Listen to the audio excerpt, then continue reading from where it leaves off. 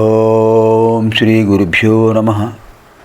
నమో దేవ్యై మహాదేవ్యై శివాయై సతతం నమ. నమః ప్రకృత్యై భద్రాయై నియతా ప్రణతాస్మతాం.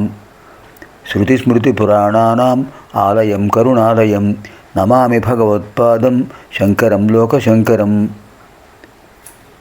ఇప్పుడు అమ్మవారి యొక్క అద్భుతమైన శ్లోకాలు నిన్న ఒకటి తెలుసుకున్నాం. ఇవాళ రెండవ శ్లోకం స్మరించి అమ్మవారిని ధ్యానించి 62వ లహరిలో ప్రవేశిద్దాం.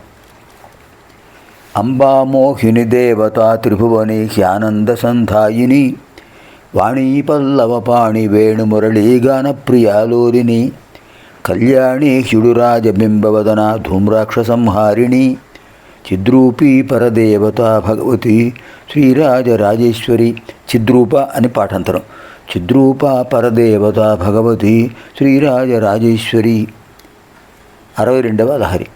ప్రకృత్యా రక్తాయాస్తవ సుదతిదంతచ్చదరుచే ప్రవక్ష్యే సాదృశ్యం జనయతు ఫలం విద్రుమలత నబింబం తద్బింబ ప్రతిఫల రాగాదరుణితం నబింబం తద్బింబ ప్రతిఫలన రాగాదరుణితం తులామధ్యారూఢుం కథమివ విలజ్జేత కళయా.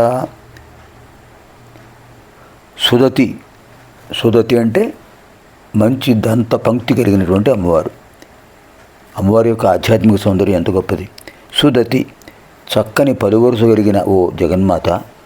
ప్రకృత్యా రక్తాయా సహజంగా ఎరుపు రంగు కలిగినటువంటి తవాని యొక్క దంతఛద రుచేహే దంతాలను ఆవరించినటువంటి పెదవుల కాంతికి సాదృశ్యం సామ్యమును పోలికను ప్రవక్ష చెప్తానమ్మా. విద్రుమలత పగడపు తీగ దాని యొక్క ఫలం పండును జనయతు పుట్టించునుగాక. అంటే పగడాల తీగ ఉంటుంది, ఆ తీగకు వచ్చేటటువంటిదే పగడం. అది కొంతవరకు సాదృశ్యం పొందుతుంది. తద్బింబ ప్రతిఫలన రాగాత్. తద్బింబ ప్రతిఫలన రాగాత్ ఆ పెదవుల యొక్క ఆకారము ప్రతిబింబించడం వల్ల అది ఎలా ఉంది?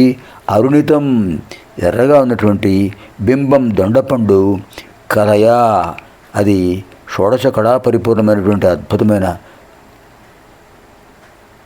తులాం సామ్యమును ఆరోఢం పొందుటకు కథమివ నవిలజ్జేత ఎందుకు సిగ్గుపడకుండా ఉంటుంది అంటే ఆ దొండపండు కూడా ఎర్రని దొండపండు కూడా అమ్మవారి యొక్క అద్భుతమైన ఆ పెదవుల అరుణముకు సాటి కాలేకపోతుంది అని అర్థం.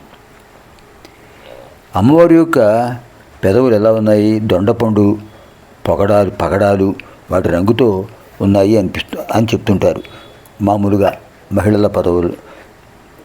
మహిళా స్త్రీమూర్తుల యొక్క అధరోష్టములను వర్ణిస్తుంటారు. కానీ అమ్మవారి యొక్క అధరోష్ట సౌభాగ్యం సామాన్యమైందా?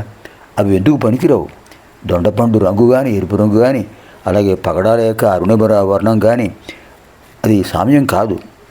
ఎందుకంటే దొండపండుకు బింబం అని పేరు. బింబం అంటే ఏమిటి? ప్రతిఫలించిన రూపం. దొండపండు అమ్మవారి యొక్క పెదవుల రంగు ప్రతిఫలించడైతే దొండపండుగా రంగు వచ్చింది. అలాంటి విశేషమైన అమ్మవారి పెదవితో అది సామ్యం ఎలా పొందుతుంది? కాదు కదా. అమ్మవారి పెదవి అద్భుతమైన అరుణిమ వర్ణంతో ఉంది, కానీ దొండపండు బాగా ఎర్రగా ఉంది. కానీ సామ్యంతో ఆ సామ్యం పొందలేకపోతుంది. అంతేకాదు ఇంకా పగడపు తీగ ఎలా ఉంటుంది? పగడపు తీగపై వచ్చినటువంటి ఆ పగడాలు బాగా పండితే తప్ప ఆ అరుణిమ రాదు. కానీ అమ్మవారి యొక్క అధరోష్టములు అంతకంటే విశేషమైన అరుణవర్ణంలో ఉన్నాయి కనుక ఈ పగడపు తీగలపై ఉన్నటువంటి పగడాలు కూడా అమ్మవారి పెదవులతో సామ్యం పొందలేకపోతున్నాయి. అలాంటి విశేషమైన సౌభాగ్యం అమ్మవారి యొక్క అధరోష్టముల అరుణిమ వర్ణ విశేషం. ప్రకృత్యా రక్తాయాస్తవ సుదతి దంతచ్చదరుచే ప్రవక్ష్యే సాదృశ్యం జనయతు ఫలం విద్రుమలత నబింబం తద్బింబ ప్రతిఫలన రాగాదరుణితం తులామధ్యారూఢుం కథమివ విలజ్జేత కలయా. ఆ కళ ఎక్కడొస్తుంది? అమ్మవారికి సహజమైనటువంటి కళ ఉంది. ఆ కళ వాటికి వస్తుందా? ఏదో పోలుస్తుంటారు దొండపండులా ఎర్రగా ఉంది పెదవని. కానీ అమ్మవారి యొక్క ఆ అధరోష్టముల అధరం అంటే కింది పెదవి, ఓష్టం అంటే పై పెదవి, ఆ రెండిటి యొక్క అరుణిమతో ఇవి సమానం కావు అని అద్భుతంగా వర్ణించారు. పునర్మిలామः ఆగామిని కార్యక్రమే. సర్వేభ్యः శ్రీమాతృదేవ్యాः దివ్యానుగ్రహప్రాప్తిరస్తు. స్వస్తి.